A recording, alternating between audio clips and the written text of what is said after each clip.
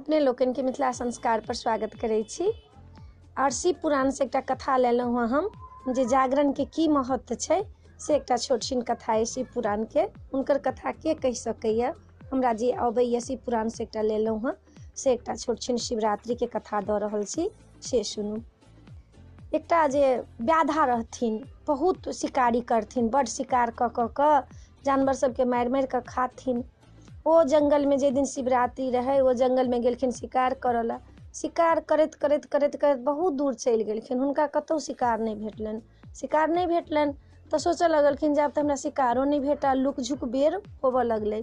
कहलखिन जे एहिठमन से बाहर जायब तऽ हम एलियै जकरा शिकार करऽ से हमरा राति में खा जायत, बाघ सिंह हमरा खा जायत से नहीं।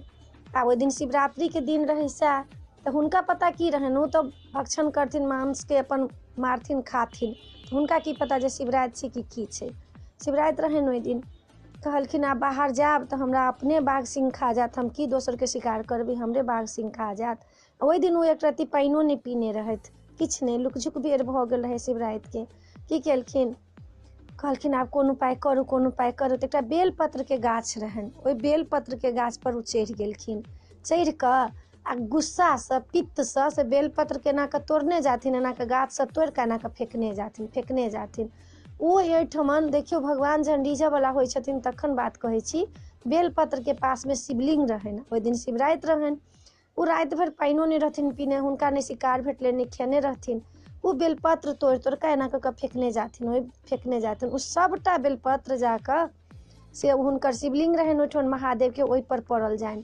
राति भरि ओ 4 पहर पूजा केलखिन, राति भरि ओ शिवलिंग पर हुनकर बेलपत्र पड़लनि राति भरि। तऽ महादेव तऽ औढ़र दानी छथिन। राति भरि ओ बेलपत्र ओहि पर चढ़ेलखिन, महादेव प्रसन्न भऽ गेलखिन जे देखू ई व्याधा भऽ कऽ हमरा राति भरि शिव के राति भरि हमरा बेलपत्र फेकलक, चढ़ेलक, चाहे जेना चढ़नि, लेकिन चढ़ेलकै तऽ जरूर, पित्ते से चढ़बनि, लेकिन चढ़ेलखिन तऽ जरूर। चढ़बैत हुनकर जहन भोर भऽ गेलै, सूर्य उदय भेलै, तऽ मृग बनि कऽ एलखिन भोला बाबा एलखिन मृग बनि कऽ। तऽ व्याधा उतरलखिन तऽ सोचलखिन जे मारब, हुनका दया लागि गेलनि, तऽ कहलखिन मन में जे केना मारू, कतेक सुंदर ई मृग छै। आगा से आबि गेलखिन माता पार्वती, माता से आबि गेलखिन, कहलखिन हुनका मारब ताहिसँ पहिले हमरा मारू। हुनका कहलखिन ठीक छै मारबै, आब तऽ हम खेबे करब, किछु ने किछु तऽ हमरा खाही के।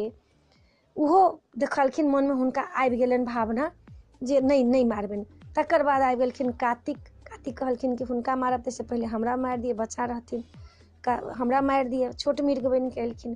फेर देखै छथिन कनिक देर में गणेश भगवान एलखिन, हुनका छोट एकदम सुंदर मृग भऽ कऽ जे पहिले हमरा मारि दिअ तब हमरा माय बाप के मारब, आ तकर पहिले हमरा मारू। तऽ कार्तिक कहलखिन हमरा मारू, तऽ माता कहलखिन हमरा मारू, शंकर जी कहलखिन हमरा मारू।